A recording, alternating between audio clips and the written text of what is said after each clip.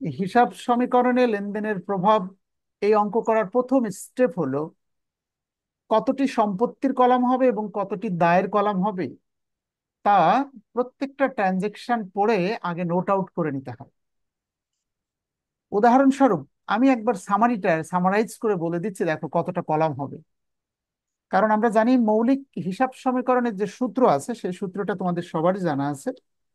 সেই সূত্র হলো এ বা অ্যাসেট সমান সমান লায়াবিলিটিস প্লাস ওনার্স ইকুইটি, যার ব্যাখ্যা হলো প্রতিষ্ঠানের সম্পত্তি যত টাকা, এই টাকার দাবিদার দুটি পক্ষ। এই টাকা ম্যানেজার, আমরা ম্যানেজার। আমাদের, আমরা যখন হিসাব করব নিজেদেরকে ম্যানেজার ভাবতে হবে, মালিক ভাবার কোনো সুযোগ নেই। আমার দায়িত্ব এই প্রতিষ্ঠানের ম্যানেজার, 5 লাখ টাকার দাবিদার তো আর আমি না। হয় মালিক পাবে, অথবা মালিক ছাড়া বহির্পক্ষের কিছু দাবি থাকে। যেমন প্রতিষ্ঠান ব্যাংক থেকে লোন নিতে পারে, পাওনাদাররা টাকা পাবে, সরকারের ট্যাক্স দেওয়া হয়নি। সো দেখা গেল এই 5 লাখ টাকার মধ্যে মালিক বলছে আমার টাকা 4 লক্ষ। ভালো কথা, তাহলে আমরা বুঝতে পারছি বাকি 1 লক্ষ টাকা বহির্দায়। এবং স্বাভাবিকভাবেই এই দাঁড়িপাল্লাটা সবসময় সমান হবে, এটি এক্সিস্টিং পাল্লা। এখন যদি প্রতিষ্ঠানের 10,000 টাকা আয় হয়, 10,000 টাকা আমি ম্যানেজার, আমার সম্পদের বক্সে টাকা বাড়লো। এই টাকাটা কার টাকা? আয় হলেই মালিকের টাকা বাড়ে 10,000, তার আমার টাকা না, তাহলে ব্যালেন্সটা সবসময় সমান হয়। So this is the way. হিসাব সমীকরণের এই বিষয়টা আমাকে মিলাতে হবে। এখন সকল সম্পত্তির জন্য যদি আমরা একটা কলাম করতাম তাহলে আর প্রবলেম হতো না। হিসাব সমীকরণের মেন পারপাজই হলো সম্পত্তি যে নামে আছে সেই নামে তাকে দেখাতে হবে। অ্যাসেট বা সম্পদ, কোনোটা ক্যাশ টাকা আছে, কোনোটা অ্যাকাউন্ট রিসিভেবল, মেশিন হতে পারে, সাপ্লাইজ হতে পারে। তো যে নামে সম্পত্তি থাকবে ওই নামে আমাদেরকে লিখতে হবে। একইভাবে দায়, কোনোটা অ্যাকাউন্টস পেয়েবল, পাওনাদার পাবে, কোনোটা নোটস পেয়েবল, কোনোটা ব্যাংক লোন হতে পারে। আর মালিক যেটা পাবে সেটাকে আমরা ক্যাপিটাল বা ওনার সিকিউরিটি নামে লিখবো। এবার আসো, যেমনটি বলছিলাম, প্রথম দায়িত্ব হলো প্রত্যেকটা ট্রানজেকশন পড়ে সম্পত্তি এবং দায়ের কতটা কলাম হবে তা লিখে নেওয়া। এটা ভেবো না যে আমি যেভাবে লিখে রেখে দিয়েছি এভাবে পরীক্ষায় কি প্রশ্নে লেখা থাকবে, থাকবে না তো। আমাদেরকে কলামগুলো তৈরি করতে হবে। সামারি, স্যার আছে অবশ্যই ম্যাডাম আনসার। অবশ্যই সম্পত্তির দিকে ক্যাশ টাকা, ক্যাশ টাকা নামে সম্পদ, এটি ফিক্সড, সব অঙ্কে থাকবে। অ্যাকাউন্ট রিসিভেবল, দেনাদার, এটি ম্যাক্সিমাম অঙ্কে থাকে। অন্যান্য সম্পত্তিগুলো আছে কিনা আমাদেরকে দেখতে হয়। একইভাবে দায়ের দিকে অ্যাকাউন্টস পেয়েবল নামে দায় প্রায় প্রত্যেকটা অঙ্কেই থাকবে, 100টার মধ্যে 99টা অঙ্ক। আর ক্যাপিটাল নামে দায়, এটা ফিক্সড। খেয়াল করতে হবে নোটস পেয়েবল বা ব্যাংক লোন নামে কোনো দায় আছে কিনা। 1 মিনিটে দেখো, আমি প্রত্যেকটা আইটেম পড়ে বলে দিচ্ছি। খাদিজা ইনভেস্টেড টাকা 30,000 ক্যাশ, তাহলে ক্যাশ টাকা সম্পত্তি বেড়েছে, এটা মালিকের টাকা, ক্যাপিটাল বেড়েছে। তাহলে ক্যাশ টাকা নামে একটা সম্পদ আছে, ক্যাপিটাল নামে একটা দায় আছে প্রথম লেনদেনে। এই ব্যবসায়িক প্রতিষ্ঠান 5,000 টাকা লোন নিয়েছে একটা ব্যাংক থেকে, and notes payable was sign, নোটে স্বাক্ষর করে দেওয়া হয়েছে। তাহলে যে দায়টা সৃষ্টি হলো এটাকে ব্যাংক লোন বলো না। ব্যাংক থেকে লোন নিয়ে ব্যাংকে তো আমরা টাকা পরিশোধের গ্যারান্টি দিয়ে দিয়েছি, এই কারণে ওই দায়টার নাম হলো নোট পেয়েবল। এই যে আমি লিখেছি। তাহলে পরীক্ষার হলে সরাসরি কলামে লিখতে যেও না, আগে রাপ লিখে নিবে কতটা সম্পদের কলাম আর কতটা দায়, তারপরে কলামগুলো তৈরি করবে। ইকুইপমেন্ট কস্টিং, সরঞ্জাম কিনেছে 10,000, একটা সম্পদ, এই নামে একটা সম্পদ হবে ইকুইপমেন্ট। আচ্ছা, নোট পেয়েবল নামে একটা দায় তো আগেই লিখেছিলাম আমরা। সাপ্লাইজ কস্টিং, মণিহারি ক্রয় করেছো, মণিহারিকে সম্পত্তি ভাবতে হবে, তাহলে সাপ্লাইজ একটা সম্পদ। আচ্ছা, অন অ্যাকাউন্ট মানে বাকিতে ক্রয় করেছো, মানে একটা দায় সৃষ্টি হয়েছে, সেই দায়টার নাম হলো অ্যাকাউন্টস পেয়েবল। 15,000 টাকা payment was made on notes payable, দায় পরিশোধ করলে। ক্যাশ টাকা কালেকশন করেছো, 8,000 was collected. Revenue 2,000 was earn but not yet collected, আয় অর্জিত হয়েছে কিন্তু এখনো সংগ্রহ করা হয়নি, তার মানে টাকাটা আমরা পাবো। আমরা ভবিষ্যতে টাকা পাবো, এটাকে অ্যাকাউন্টিং এর ভাষায় অ্যাকাউন্ট রিসিভেবল বলা হয়। বাকিতে পণ্য বিক্রি করলে যেমন আমরা টাকা পাই, একইভাবে সেবা দিলেও আমরা টাকা পাই। তাহলে মোটামুটি আমার মনে হয় এর বাইরে আর এখানে অন্য কোনো কলাম নেই, অনুমান করছি আমি। কাজে আমি সরাসরি অঙ্কটা সলভ করে দিচ্ছি। এরপরে একটি অঙ্ক আমি করব যেখানে এই টেবিলটা করাই থাকবে না টোটালি। যেভাবে তোমরা পরীক্ষা অনুমান করে করবে সেই ভাবটা আমি দেখিয়ে দিব। So let's start. এই হিসাব সমীকরণে লেনদেনের প্রভাব প্রত্যেকটা অঙ্কে অবশ্যই এখানে টাইটেলটা লিখবে প্রতিষ্ঠানের নাম। Khadija trading. Summary of transaction and their effect on accounting equation. লেনদেনের সংক্ষিপ্ত রূপ এবং তাদের প্রভাব হিসাব সমীকরণ কথাটা লিখবে। এখন এই হিসাব সমীকরণটা যদি কেউ সুন্দর করে জাবেদা দিয়ে দিয়ে শিখে শিখে করে তাহলে সে দুই ভাবে লাভবান হবে। এক, জাবেদাটা তার শেষ হয়ে যাবে, আলাদা করে জাবেদার অধ্যায় বলে তার কিছু শিখতে হবে না। এটাতে সে দুই ভাবে বেনিফিটেড হচ্ছে, জার্নাল এন্ট্রি পরীক্ষায় পড়বে এবং সেটি সে পারবে ইনশাল্লাহ। তো প্রথম জাবেদা বলো সাব্বির। খাদিজা ইনভেস্টেড, খাদিজা হলো এই প্রতিষ্ঠানের মালিক। খাদিজা ইনভেস্টেড, খাদিজা বিনিয়োগ করলো 30,000 টাকা ক্যাশ টাকা টু স্টার্ট, শুরু করতে একটা নতুন ব্যবসা, এ নিউ বিজনেস। তাহলে এই লেনদেনের ফলে প্রতিষ্ঠানের ম্যানেজার তুমি তুমি কি পেয়েছো? স্যার আমি তো সম্পত্তি পাইছি, মানে ওইটা তো সম্পত্তি স্যার, টাকা বাড়ি। জাবেদাটা কি হবে? মালিক যদি প্রতিষ্ঠানে কোনো টাকা দেয়, স্যার, স্যার ক্যাশ টাকা ডেবিট স্যার। ক্যাশ টাকা আর ডেবিট আর ক্যাপিটাল আর ক্যাপিটাল ক্রেডিট। ক্রেডিট। ক্যাপিটাল। তাহলে ক্যাশ টাকা নামে সম্পত্তি বাড়লো, ক্যাপিটাল নামে একটা দায় বাড়লো, সমান সমান। প্রতিষ্ঠানের টাকা বাড়লো, এই টাকার দাবিদার হলো মালিক। ক্যাশ টাকা ডেবিট, ক্যাপিটাল ক্রেডিট। আর রিমার্কস লেখা লাগবে না? বলো বলো। রিমার্কস লেখা লাগবে না, মন্তব্য? রিমার্কস নিয়ে এখন ডোন্ট থিঙ্ক, ঠিক আছে? আগে অঙ্কটা শেখাবো, সবশেষে একদিন বলে দিব how to write down remark. Just রিমার্কে লিখে দিতে হবে ওনার্স ইনভেস্টমেন্ট, বা ঠিক আছে, মালিকের বিনিয়োগ। আমি সংক্ষেপে দেখিয়ে দিব হাউ টু রাইট ডাউন। তাহলে মালিক 30,000 টাকা প্রতিষ্ঠানে বিনিয়োগ করেছে 1 তারিখ, লিখলাম 1 তারিখ। ক্যাশ টাকা বাড়লো 30,000, ক্যাপিটাল ক্রেডিট 30,000। প্রত্যেকটা লেনদেনের কারণে ডেবিট এবং ক্রেডিট ব্যালেন্স সমান হবে। রিমেম্বার, এমন একটা লেনদেন পড়লো ছাত্র বোঝেই না, আর বাকি সবগুলো সে বোঝে। সে যে টেকনিকটা অবলম্বন করবে, ওই যে আইটেমটা সে বুঝতে পারলো না, ওর কারণে এদিকে টাকা একদিকে বাড়াবে যে কোনো একটা আইটেমে, এপাশে মূলধনের দিকে বাড়িয়ে দিবে, অঙ্ক মিলে যাবে। যে আইটেমটা সে বুঝলো না তার কারণে কিন্তু যোগফল ভুল করে আসা যাবে না পরীক্ষায়। This is an strategy. আবার যদি দেখে মনে হয় ওটা প্রতিষ্ঠানের খরচের মতো মনে হচ্ছে, তাহলে ক্যাশ টাকা থেকে বিয়োগ করে দিবে, মালিকের টাকা থেকে বিয়োগ করে দিবে, তাহলেও লেনদেন মিলে যাবে। কিন্তু সবগুলো যদি এমন ভুল করো তাহলে মুশকিল আছে।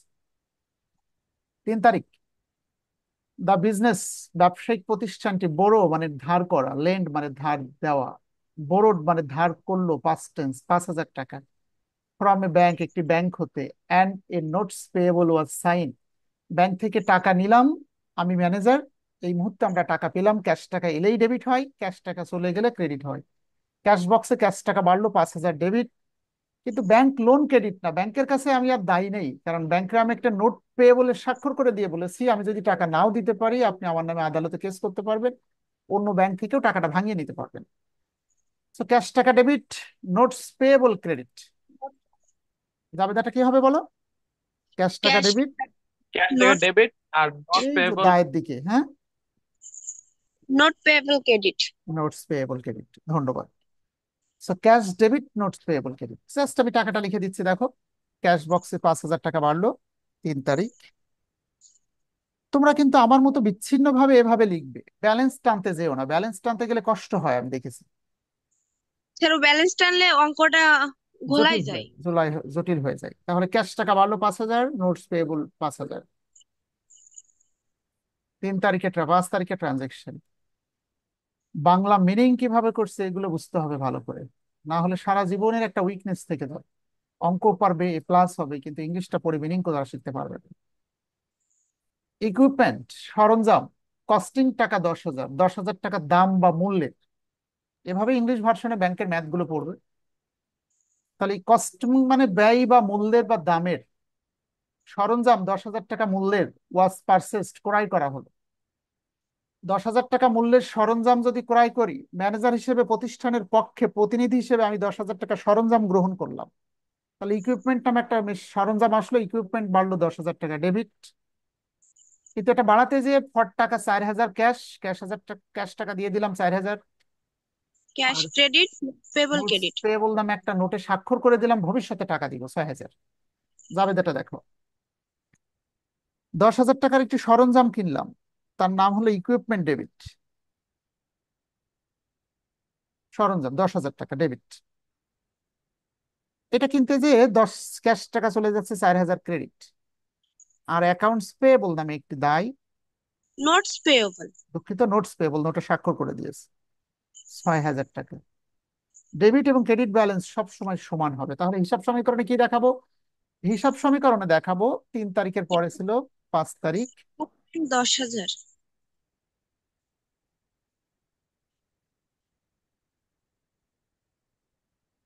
আমি কয়েকটা কলাম একটু করে নিচ্ছি। 5 তারিখ দেখো, ইকুইপমেন্ট যেদিকে আছে সেই জায়গা, সেই বরাবর দেখো 10,000 টাকা সরঞ্জাম নামে সম্পদ বাড়লো। কিন্তু হাবিবা কে আছে বলো, এবং দেখি মিতু আক্তার, তোমরা দুইজন বলো, 4 ক্যাশ টাকা কি কমলো নাকি বাড়লো? 4,000 টাকা ক্যাশ টাকা তো ক্যাশ চলে গেল। টাকা কমবে। হ্যাঁ, ক্যাশ টাকা কমবে, এই কারণ পাঁচ টাকাটা। তারিখকে 4,000 টাকা ক্যাশ যেটা মাইনাস হবে সেটা আমরা ফার্স্ট ব্র্যাকেট দিয়ে দেখিয়ে দিচ্ছি। আমরা কিন্তু ব্যালেন্স টেনে টেনে গেলে অঙ্ক কষ্ট হবে। আমরা দিন শেষে যেটা করব, যেটা মাইনাস সাইন নেই সেটা আগে যোগ করব, ফার্স্ট ব্র্যাকেট যেটা দেওয়া আছে সেটা পরে বিয়োগ করে দেবো।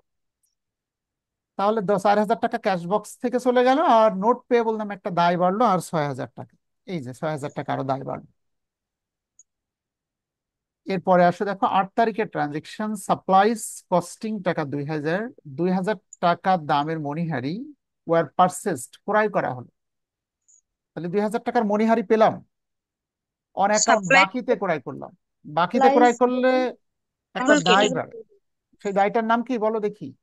Account payable. আব্দুল্লাহ শেখ এবং হাসিবুর রহমান। আমি যদি 2,000 টাকার মণিহারি ক্রয় করি তাহলে সাপ্লাইজ ডেবিট। বাকিতে কিনেছি, টাকা দিতে পারি নাই, কিভাবে বুঝতে পারবো? বাকিতে অন অ্যাকাউন্ট লেখা থাকবে, অন ক্রেডিট লেখা থাকবে, অন ডিউ লেখা থাকবে। অ্যাকাউন্ট মানে বাকিতে, অন অ্যাকাউন্ট মানে বাকিতে। বলো কি লিখবো যাবে দাও 8 তারিখে? Accounts payable credit. তাহলে সাপ্লাইজ নামে একটা সম্পদ বাড়লো আমাদের, কত টাকার? 2,000 টাকা। আর অ্যাকাউন্টস পেয়েবল নামে একটা দায় বাড়লো 2,000 টাকা। একটু খেয়াল করে দেখেছো, এদিকে বাড়লে এদিকে বাড়ে, এদিকে কমলে এদিকে কমে, আবার কখনো কখনো একদিকে বেড়ে একদিকেই কমে যায়। 11 তারিখ দেখো, টাকা 1,500 পেমেন্ট ওয়াজ মেড, বাংলা অর্থ 1,500 টাকা পরিশোধ করা হলো on notes payable. Note payable বাবদ যে নোটে স্বাক্ষর করে রেখেছিলাম টাকা দিয়ে দিব, আজকে সত্যিই 1,500 টাকা পরিশোধ করে দিলাম। তাহলে বলো দেখি আমাকে, আব্দুল্লাহ শেখ এবং সুদীপ্ত কুণ্ডু, বলো দেখি এই লেনদেনের ফলে প্রতিষ্ঠানের টাকা এলো নাকি চলে গেল? না, আর একবার দেখতে হবে স্যার, একটু দেখান স্যার। গেল। স্যার প্রতিষ্ঠানের টাকা চলে গেল না? 11 তারিখ ক্যাশ টাকা গেলে ক্যাশ টাকা ক্রেডিট। 11 তারিখ দেখেন, 1,500 টাকা পরিশোধ করে দিলাম। স্যার ক্যাশ টাকা চলে নোট গেছে। Payable credit. Accounts debit payable কি হবে ডেবিট বলো তো? Cash. Accounts payable debit. No, notes payable notes debit. Payable debit. ওই সরি, নোটস পেয়াবল ডেবিট আর ক্যাশ ক্রেডিট। দেখো, দায় বাড়লে ক্রেডিট হয়, কিন্তু আজকের যখন টাকা পরিশোধ করে দিব তখন নোটস পেয়েবল ডেবিট, কারণ দায় কমে যাবে 1,500 টাকা। আর ক্যাশ বক্স থেকে নগদ টাকাও কমে যাবে, ক্রেডিট 1,500 টাকা। নোটস পেয়েবল নামে একটা দায় কমে গেল, ক্যাশ টাকাও কমে গেল, ক্যাশ টাকাও মাইনাস, নোটস পেয়েবলও মাইনাস। একটু দেখো, এই যে 8 তারিখ চলে গেছে আগে, এবার 11 তারিখ 1,500 টাকা ক্যাশ টাকা মাইনাস করে দিচ্ছি, এবং নোটস পেয়েবল যেখানে আছে সেখানেও 1,500 টাকা মাইনাস হয়ে যাবে। ওকে। এরপরে আছে দেখো, 11 তারিখের পরে আছে 14 তারিখের ট্রানজেকশন। হাবিবা বাংলা অর্থ করতে পারবে এটা? ক্যাশ রেভিনিউ অফ টাকা 8,000 ওয়াজ কালেক্টেড। মানে রেভিনিউ, সেবা আয় করে টাকা আসছে, এই তো স্যার। ক্যাশ রেভিনিউ মানে নগদ আয়, রেভিনিউ শব্দের অর্থ হলো ইনকাম। 8,000 হ্যাঁ। টাকা সংগ্রহ করা হলো, নগদ আয় 8,000 টাকা সংগ্রহ করা হলো। আচ্ছা, রেভিনিউ মানে তো আয়, আর আয় মানেই সেবা আয় ধরে নাও, ঠিক আছে? ঠিক আছে, সো আমি এই মুহূর্তে এই ট্রানজেকশনের ফলে 8,000 টাকা পেলাম, ক্যাশ টাকা ডেবিট। ক্রেডিট কোনটা কে বলতে পারবে? স্যার এই যে কি যেন, এক ওটা হবে স্যার এই notes payable sir. Revenue sir. Sir revenue, ওই যে শুধু revenue না? রেভিনিউ, আই ক্রেডিট বা কি আই, সার্ভিস রেভিনিউ হলে সব থেকে স্মার্ট হতো। মানে আয় তো কোনো একটা কারণে হয়, ক্যাশ রেভিনিউ মানে নগদ আয়। তা আয় নিঃসন্দেহে কোনো একটি কারণে হয়, সেই কারণটা এখানে লেখা নেই, ক্যাশ রেভিনিউ মানে নগদ আয় 8,000 টাকা সংগ্রহ করা হলো, ক্যাশ টাকা পেলাম ডেবিট 8,000, রেভিনিউ বা আয় ক্রেডিট, যেহেতু আয়টার নাম লেখা নেই আমরা আর লিখলাম না, আয় ক্রেডিট 8,000। হিসাব সমীকরণে ক্যাশ টাকা ডেবিট মানে ক্যাশ বক্সে টাকা বাড়লো ডেবিট, কিন্তু বলো দেখি, ফারজানা বলতে চাচ্ছে রেভিনিউ আয় বাড়লে কি হবে? আয়ও তো বেড়েছে। স্যার মূলধন বাড়বে। এটি প্রথম ক্লাসে বলেছিলাম, শুধু মনে রাখতে হবে অ্যাকাউন্টিং এর ভাষায় প্রতিষ্ঠানের যত আয় হলেই, যে কোনো কারণে যদি আয় হয়, আয় হলেই মালিকের টাকা বাড়বে, ওই আয় হিসাব খাতটার কারণ। একইভাবে যদি কোনো কারণে ব্যয় হয় তাহলে মালিকের টাকা কমবে। তাহলে ক্যাপিটালের সাথে আয় আর ব্যয়ের সম্পর্ক। তাহলে এই লেনদেনে দেখো আমি 14 তারিখ ট্রানজেকশনটা করে দেখাচ্ছি, দেখো 14 তারিখের, ওয়েট ফর এ হোয়াইল।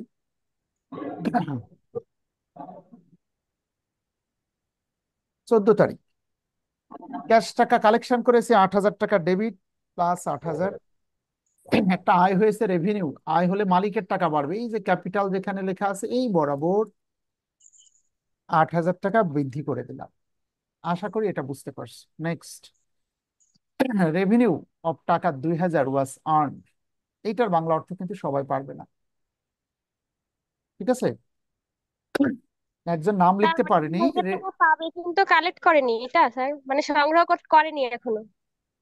আয় হবে কিন্তু সংগ্রহ করেনি, এরকম কিছু স্যার বাংলা। রেভিনিউ অফ টাকা 2,000 ওয়াজ আর্ন, বাংলা অর্থ আয় 2,000 টাকা অর্জিত হয়েছে, বাট নট ইয়েট কালেক্টেড, কিন্তু এখনো সংগ্রহ করা হয়।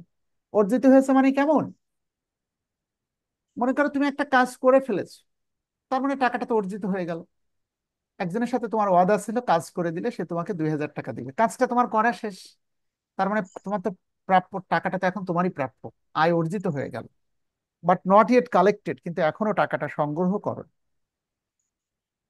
তাহলে টাকাটা আমরা এখনো নিই নাই, কিন্তু একটা আয় হয়েছে। আয় হলেই অ্যাকাউন্টিং এর ভাষায় যে কারণে আয় হবে ওই কারণটা ক্রেডিট, খরচ হলেই যে কারণে খরচ হয় ওই কারণটাই ডেবিট, যেমন বেতন খরচ স্যালারি ডেবিট, ওয়েজেস খরচ ওয়েজেস ডেবিট, যত খরচের আইটেম আছে ওই টাইটেলটাই ডেবিট হয়, মানে হিসাব শিরোনামটাই ডেবিট। একইভাবে যত আয়ের হিসাব খাত আছে ওই আয় হিসাব খাতটা সবসময় ক্রেডিট হয়। এখানে আয় হলো রেভিনিউ ক্রেডিট, কিন্তু ডেবিট কোনটা? Account receivable.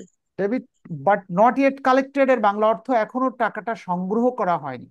অ্যাকাউন্টিং এর ভাষায় ভবিষ্যতে টাকা পাবো এটাকে অ্যাকাউন্ট রিসিভেবল বলা হয়। 2,000 টাকা অ্যাকাউন্ট রিসিভেবল নামে 2,000 টাকা সম্পত্তি বাড়লো 20 তারিখে। এই যে অ্যাকাউন্ট রিসিভেবল 2,000 টাকা সম্পদ বাড়লো, একই সাথে এটি একটা আয় 2,000 টাকা মালিকের টাকাও বাড়লো।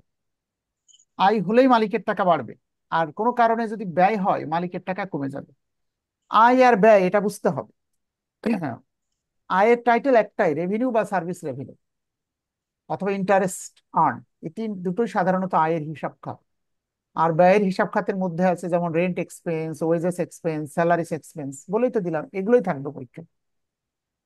এরপর 23 তারিখে দেখো রেন্ট এক্সপেন্স মানে ভাড়া খরচ 1,200 টাকা ওয়াজ পেইড ফর ক্যাশ, নগদ টাকায় 1,200 টাকা ভাড়া পরিশোধ করে দিলাম, ক্যাশ টাকা চলে গেল ক্যাশ বক্স থেকে 1,200 টাকা ক্রেডিট, কিন্তু একটা খরচ হয়েছে, সেই খরচের নাম হলো রেন্ট এক্সপেন্স ডেবিট।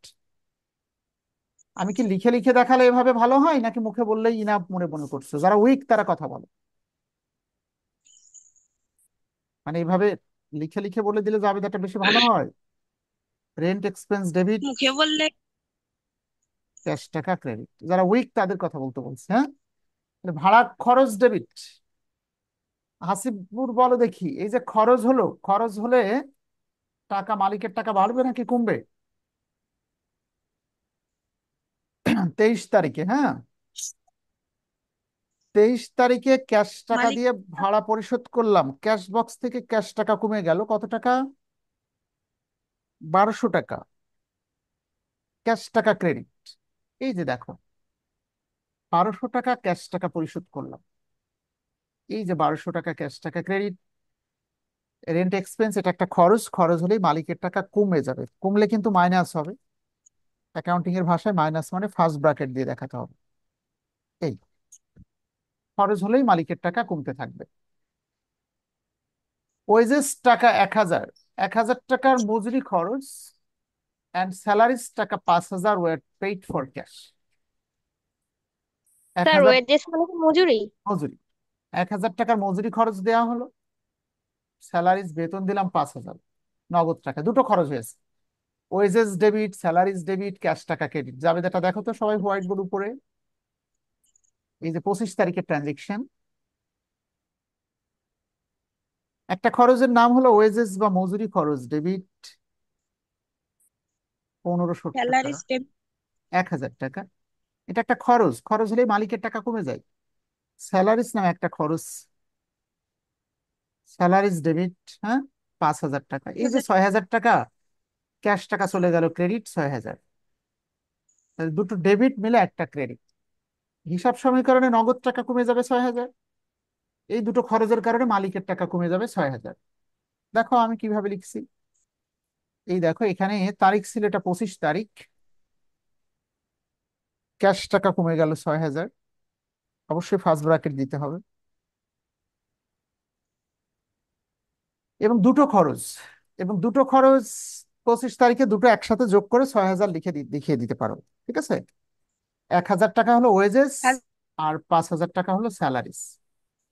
আবার যদি কোনো স্টুডেন্ট মনে করে যে 25 তারিখ দুইবার লিখবে, একবার লিখে আর একবার লিখবে, তাহলে টাকাটা দুইবার দেখানো যায়। পরামর্শ থাকলে সেটি করার কোনো দরকার নেই, এই টাকাটা একবারে দেখিয়ে দিতে পারবে।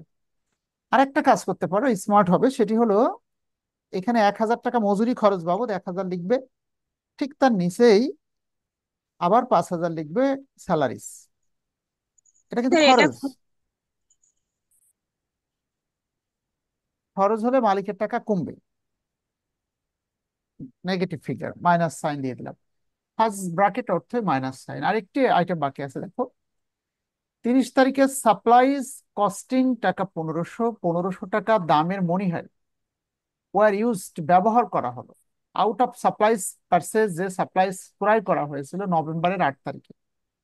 সাপ্লাইজ মানে মণিহারি 1,500 টাকা মূল্যের ব্যবহার করা হয়ে গেছে, 1,500 টাকাটা ব্যবহার করে ফেলেছে।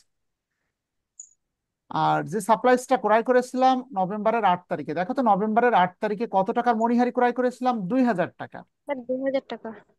এর মধ্যে 1,500 টাকার মণিহারি সত্যি ব্যবহার করে ফেলেছে। এটা একটু কঠিন জাবেদা, একটু খেয়াল করো, এই জাবেদাটাতে আমাদেরকে শিখতে হবে, মনে রাখতে স্যার হবে। সাপ্লাই থেকে কি 1,500 টাকা বাদ দিতে হবে? মনে রাখতে হবে যেদিন মণিহারি ক্রয় করেছিলে সেদিন মণিহারি নামে একটা সম্পত্তি বৃদ্ধি পেয়েছিল, সাপ্লাইজ ডেবিট করেছিলাম, বলেছিলাম মণিহারি নামে প্রতিষ্ঠানে 2,000 টাকার সম্পদ বাড়লো। আজকে 1 মাস শেষে ওই পেন পেন্সিল রাবার স্ট্যাম্প যেটা সম্পদ কিনা ছিল তা নষ্ট হয়ে গেছে 1,500 টাকা। এই সম্পদের মধ্যে ক্যাশ বক্স থেকে নগদ টাকা করে চলে গেলে যেমন সম্পত্তি কমে যায়, মণিহারি যেটুকু ব্যবহার করবা সেটুকু তো কমে যাবে। তো যেটুকু ব্যবহার করবা তার জন্য সাপ্লাইজ খরচকে ডেবিট করতে হবে। এটা জাবেদা খেয়াল করো, সাপ্লাইজ এক্সপেন্স ডেবিট, যেটা খরচ করছি 1,500 টাকা। আর ক্রেডিটটা কে বলতে পারে তোমাদের? আস আস কি যেন, আশিক সর্দার, আব্দুল্লাহ শেখ। 1,500 টাকার মণিহারি আর ব্যবহার ক্যাপিটাল করলাম, ক্রেডিট হবে স্যার? না এখানে তো ক্যাপিটালের কোনো প্রশ্নই। হ্যাঁ। এতদিন সাপ্লাইজ নামে যে সম্পদ ছিল ওই সম্পত্তি কমে গেছে, স্যার সাপ্লাইজ ক্যাশ হবে এক্সপেন্স না? Debit, supplies credit. আবারও বোঝাচ্ছি দেখো, যখন আমি সাপ্লাইজটা ক্রয় করেছিলাম তখন বলেছিলাম প্রতিষ্ঠানে 2,000 টাকার মণিহারি নামে সম্পদ আছে। আজকে সত্যিই দেখা গেল সেখান থেকে 1,500 টাকার খাতা, পেন পেন্সিল রাবার ব্যবহার করা শেষ। এটা দ্বারা প্রমাণিত হলো সাপ্লাইজ নামে সম্পত্তি ক্ষয় হয়ে গেছে। যে সম্পত্তি কমে যাবে ওই সম্পত্তি ক্রেডিট, ক্যাশ টাকা চলে গেলে যেমন ক্যাশ টাকা ক্রেডিট, সাপ্লাইজ নামে সম্পত্তি কমে গেলে সাপ্লাইজ ক্রেডিট। আর খরচটার নাম কি? খরচটার নাম হলো সাপ্লাইজ এক্সপেন্স ডেবিট, মণিহারি খরচ ডেবিট, মণিহারি ক্রেডিট। এই আইটেমটা কিন্তু মনে রাখতে হবে।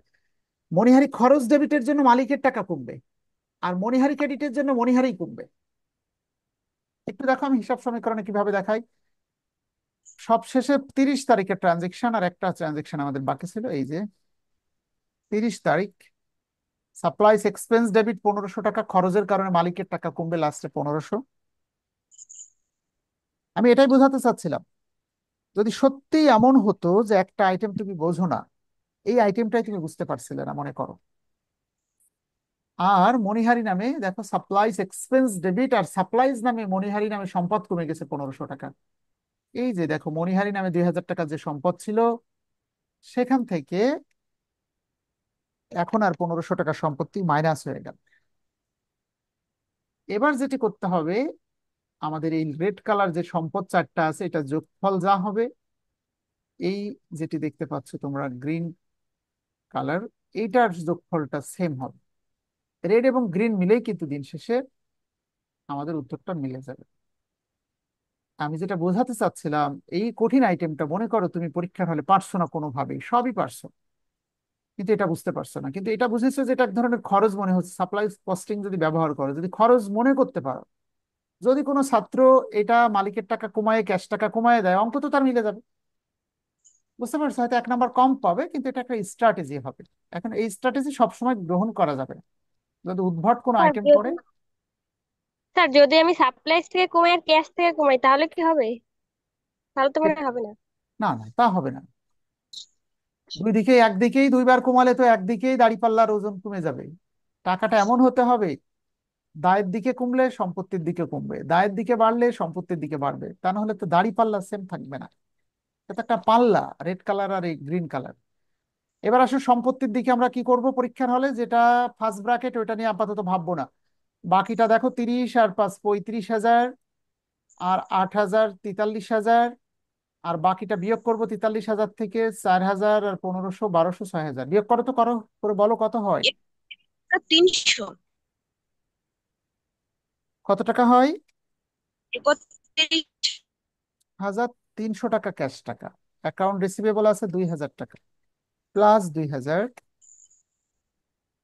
প্লাস ইকুইপমেন্ট আছে 10,000 টাকা। আর এখানে সাপ্লাইজ 2,000 টাকা ছিল, কিন্তু 1500 টাকার ব্যবহার করে ফেলেছি, কাজে আর আছে 500 টাকা। ঠিক আছে?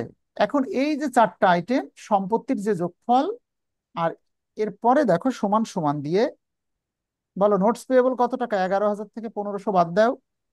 5,500। 500।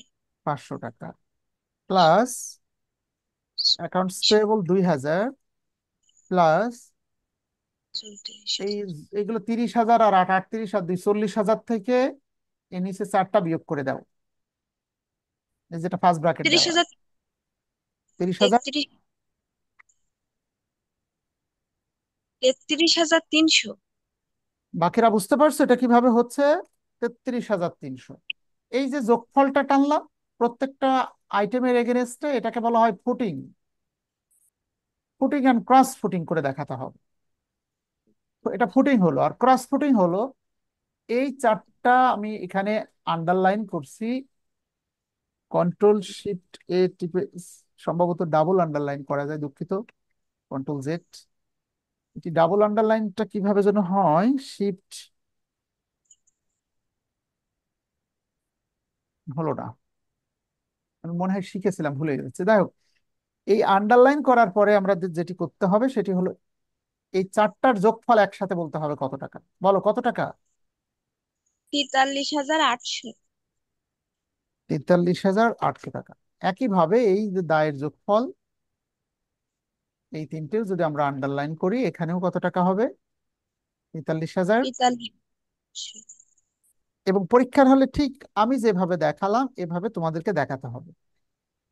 তাহলে দুটো প্রশ্ন হতে পারে, হিসাব সমীকরণে লেনদেনের প্রভাব দেখিয়ে এভাবে ফুটিং প্রত্যেকটা আইটেমের এগেনস্টে টাকার এইভাবে প্লাস দিয়ে দিয়ে যোগ করে, তা আবার ক্রস ফুটিং দিয়ে প্রমাণ করে দেখাতে হবে যোগফলটা মিলে গেছে। ওকে? এন্ড ফাইনালি যেটি করবে, এটা আবার প্রুফ করে দেখাতে বলে অনেক সময়, সেই প্রুফটাও আমাদেরকে করা দরকার হতে পারে। একটা স্টুডেন্ট প্রশ্ন করেছে স্যার রিমার্কের বিষয়ে। রিমার্ক হলে এর পরে আরেকটি এক্সট্রা কলাম, যেখানে কোন কারণে টাকাটা, প্রত্যেকটা ট্রানজেকশনের কারণ এখানে জাবেদার যে ব্যাখ্যা, ওই ব্যাখ্যাটা ছোট্ট করে লিখে দিতে হয়। তো আমি এমন লিখে লিখে পরে একটা অঙ্ক করে দেখাচ্ছি, তাহলে তোমাদের জন্য সহজ হবে। আমি কি বোঝাতে পারছি? জি স্যার।